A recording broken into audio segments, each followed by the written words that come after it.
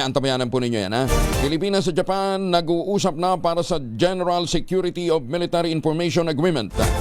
Yan ang latest mula po sa Japan, kung saan naroroon po ang Pangulo. Detalye ng balita mula kay Let Narciso, RH14. Let, good morning. Nagkasundo ang Pilipinas at Japanese government na simulan ang pag-uusap para sa General Security of Military Information Agreement.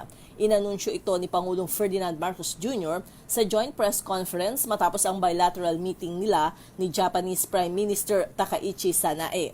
Kasama rin anya sa napagkasundo ang pag-usapan ang delimitation ng maritime borders.